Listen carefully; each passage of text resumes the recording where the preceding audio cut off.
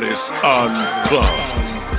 Hey guys, what's going on? It's me, BB. I'm back, and today I'm with this pretty young lady. Her name is, I'm gonna get her name right, Amornay.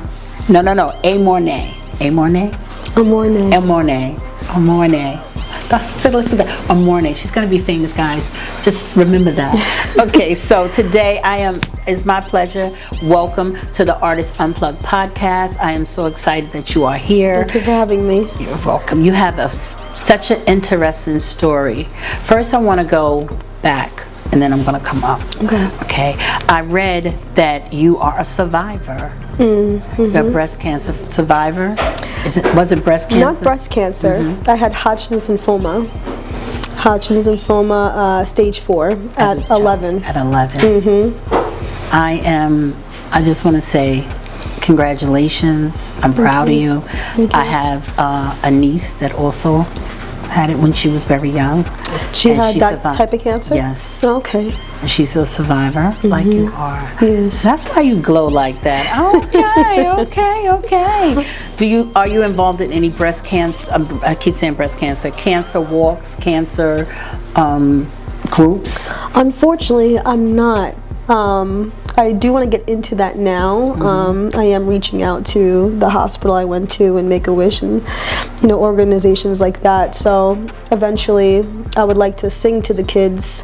Okay. Were you a part of St. Jude's? No, I wasn't. Okay. I went to Stony Brook in Long Island. Okay. All right. You're so pretty. Oh my God. You. Proud of you. I'm proud of you. That's people don't understand about childhood cancers. They don't really understand how prevalent it is. It's out there. A lot of children go through that when they're young. Yeah, 11 was a hard age. I lost my hair. Kids picked on me. They picked on me. So what? That's kids are. I love kids. Don't get me wrong, but they can be cruel. Yeah. So what gave you the strength to continue for someone who might be going through that right now? What helped you get through it? Well, at 12, that's when I wanted to be a star. I was watching Hannah Montana, and I'm like, I want to be an actress. So it was really just my dreams and following my passion and my dreams, and always, visualizing it. And so that's what always made me continue, is my dreams. Okay, so how did you start following your dreams? Like, say, from one day saying watching Hannah Montana to saying I'm gonna do this. How did you start? Well, I told my mom, and then she enrolled me into a modeling and acting school at 14. I did that for 6 months, doing like the catwalk and learning about poses and learning lines and stuff and being in front of the camera. And then at 17, after high school, I wanted to go to college for acting, but instead I just went to classes in the city. So from Long Island, I took the train back and forth, 17, 18, and started doing classes, and then worked my way up into background and SAG, so just working up. So you told me before the interview that you were part of SAG. So what productions were you in to get it? Because I know you have to have a certain amount of was it waivers, points, or something? Yeah. SAG. So I went the route where with background, you have to get 3 union waivers to become union, to be eligible for union, and it can take 2 months or it can take 10 years plus. You just have to be consistent. And what determines you getting the waiver? Because I heard something, I don't know, like you have to speak in parts, a certain amount of parts.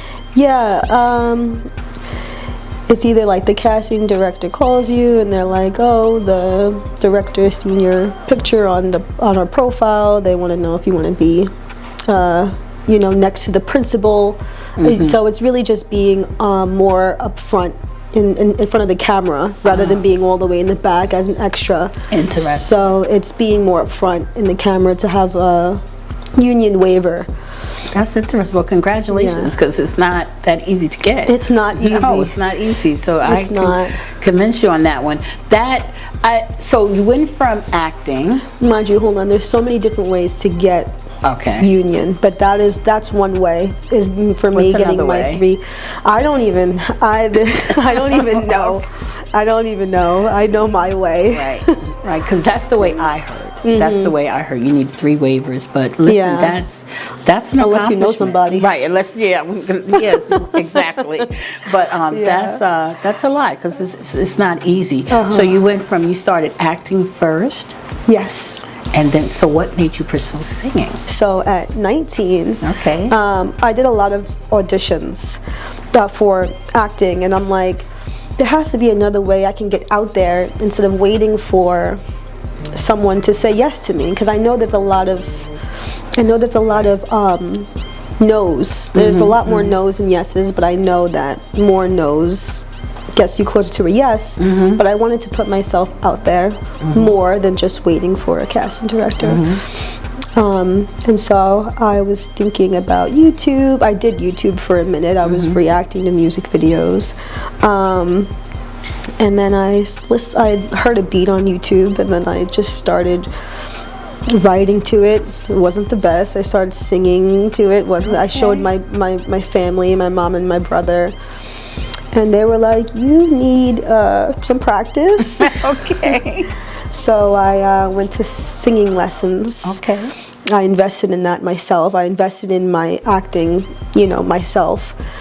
And then I just got better with songwriting and singing, and I found my voice. That took me a couple years. Went to the studio. And What was that like? What was that like? It's just a learning experience, really.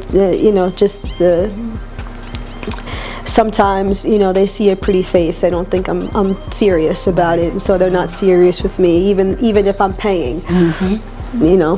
Some people just don't care. I'm not gonna say, but it's hard for a female out here. The music industry is male dominant, but that's a whole nother topic, right? You know what? But it's the challenge. It's the game, and I didn't know that part, but I knew that this was going to be a hard career path, and I like the challenge. What sealed the deal? Like, what made you say no? Because sometimes we could be halfway. What made you say, this is what I'm doing? Like, what moment, or do you remember a moment that made you just say, I'm doing this?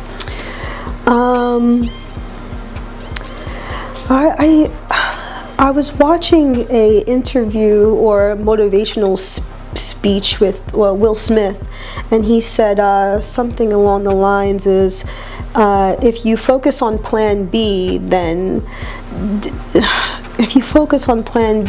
what, A is out the door, or something like that. Like, just focus on your plan A, and that it's just always been my plan A. I don't want to do anything else. I don't see myself doing anything else. I like that. The other thing I used to do is lifeguarding, and that's what I was doing, lifeguarding, and then that was my plan B, but then I stopped, and then I just did music and acting full time. Yeah. That's a beautiful thing. Who inspired you, singers?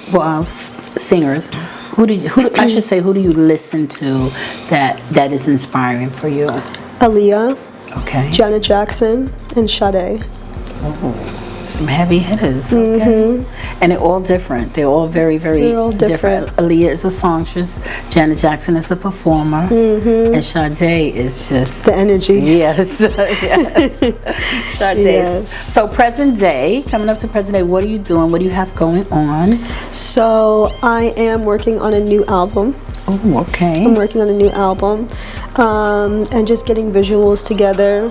Also trying to get in communications with Make-A-Wish and performing in front of the kids. And then with acting, getting some bigger roles, speaking roles. You are a true inspiration, and people need to hear your story, especially young people. What would you say to a younger audience that wants to pursue music or acting, and maybe they are having challenges in their life, what would you say to them? The biggest advice I got from my grandma is just focus on yourself. Focus on yourself, and just believe in yourself and your dreams. Try to follow your dreams. Follow your dreams. Yeah, because you are beautiful, you're a true inspiration. What will you be performing for us tonight? A song that I wrote called "Caught My Eye." Okay. That the way that came out caught my eye.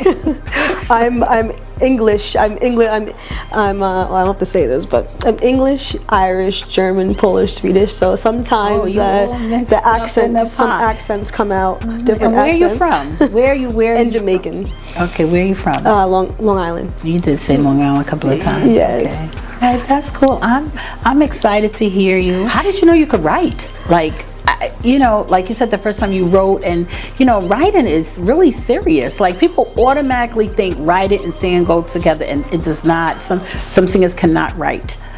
Well, in school, I didn't like school at all. Okay. But with English, I always wrote poems in school. So I knew I was good at poems, and so I don't know. But that's the start. Yeah, that's the start right there. Absolutely. And then I just got better over time, listening back to what I wrote. Oh, that don't sound good. What am I talking about? And just trying to make it make sense with my writing. See, that makes sense. A lot of artists say the same thing. Yeah. A lot of rappers too. They start off writing poems. Yes. So that's good. I thank you for coming in. I thank you for being a part of the Artist Unplugged Podcast. And you can come back anytime. She's so beautiful. Your teeth are absolutely beautiful. So I'm crazy. Thank you. But she is absolutely beautiful. Thank you so much. Thank you for coming out.